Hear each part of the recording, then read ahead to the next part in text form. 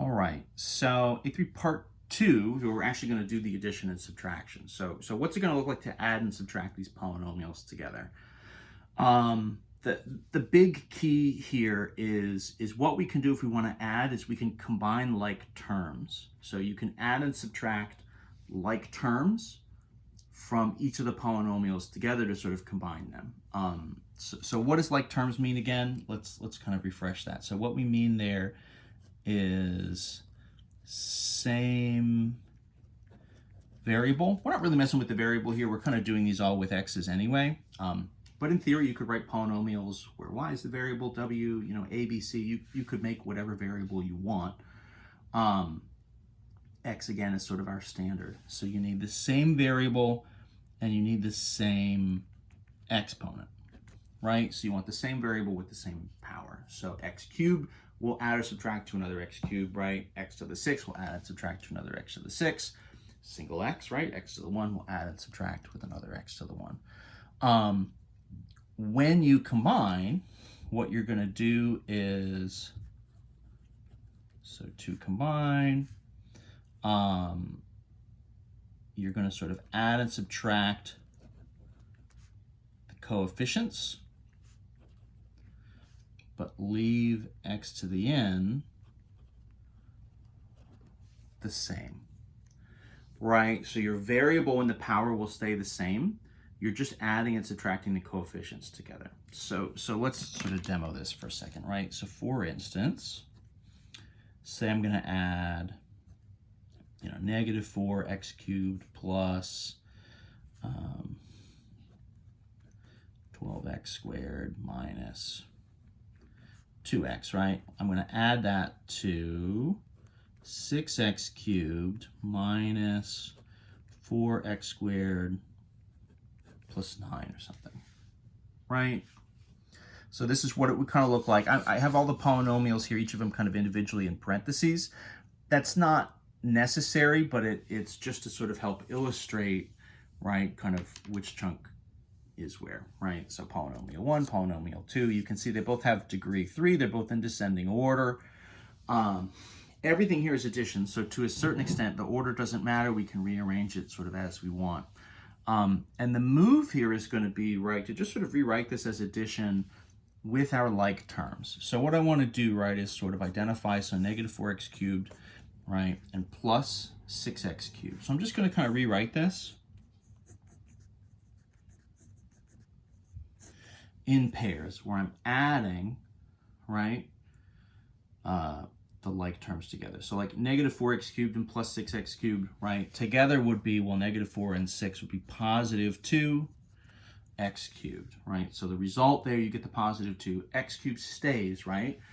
We're not multiplying where we would add the powers together. It's really just, again, it's like terms, right? So it's you're adding apples and apples, right? Versus apples and oranges that wouldn't combine. So negative 4 apples and 6 apples, right, gives me 2 apples, right? So the type of thing, the x cubed, stays consistent. I'm just sort of changing the amount that I have, which is my coefficient. What else have I got? Well, 12x squared and minus 4x squared, right? So we're adding. So 12x squared and minus 4x squared. I'm carrying, right, any positives or negatives in front of these terms. I'm carrying along, right? So positive 12 is positive, but negative 4 is negative. 12 minus 4, so that's going to be plus a positive 8x squared, right, when I combine those together. So this is the move. This is kind of how we're going to do this. The last two, so minus 2x. Minus 2x does not add to plus 9, right? The last two terms here are not like terms. That's fine. I'll just sort of carry them down as is, right? So, I mean, if those don't match, there's no law that says they need to, right? So if they don't match up, they don't match up, and that's okay, right? So my final, I mean, in theory, it's all written there, but just to sort of write it out nicely. So this is 2x cubed plus 8x squared minus 2x plus 9. Right? So adding our polynomials is just a matter of sort of combining like terms, right? Kind of adding your cubes and your squares and your singles and your fourth powers and everything just all up together.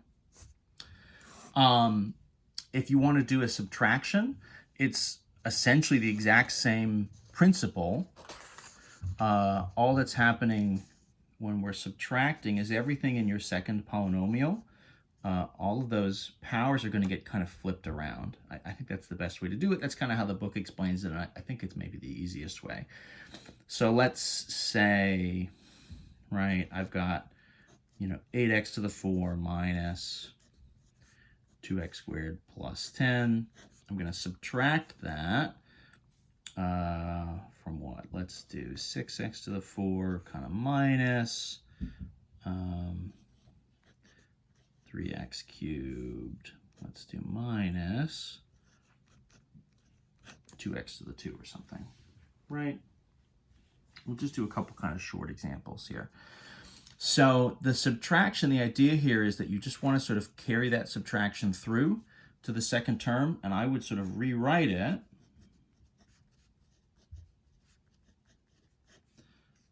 as addition, right? So let's flip this to addition, but let's carry the negative inside. So let's carry the negative in here. So that's minus 6x to the 4, right?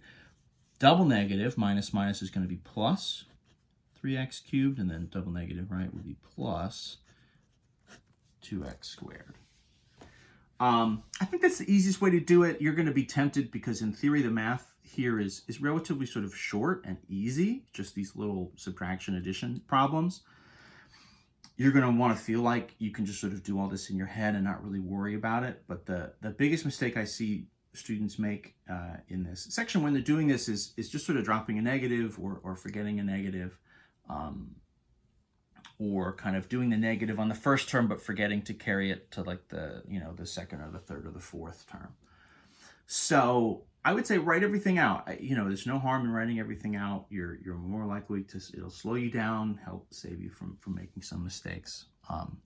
So I would say do that. Definitely do that. What are our like terms here? So this would be 8x to the 4, right? So minus 6x to the 4. So that's going to be a 2x to the 4 when all is said and done. What's next? 2x cubed. So this is what? 4 and 2 and 10. So that'll be a plus 3x cubed. Okay. Squares. So you've got kind of minus 2x squared and then plus 2x squared. Now that's kind of interesting, right? So plus minus 2x squared and plus 2x squared. Those are going to cancel each other out, right? I mean that's essentially a plus 0, plus and minus of the same terms. They're going to wipe out. That can happen. That's fine. In theory, you have sort of a 0 there as a placeholder, but in the end, you don't really even need that. What we got? Any more terms left on here? The 10. Right. So then you have this kind of plus 10 on the end. So a final version of this, right, with this subtraction would be something like 2x to the 4 plus 3x cubed and then plus 10 on the end. Right, the squares sort of canceled out, and in this case we didn't have an x to the 1 kind of term. And that's what our process looks like. I don't know that you need to see 100 different examples of this. I think it's pretty standard. So I'll kind of pause there. That's the basics of what we're doing here. So some sort of definitional polynomial stuff to get started with the degrees and the coefficients and everything.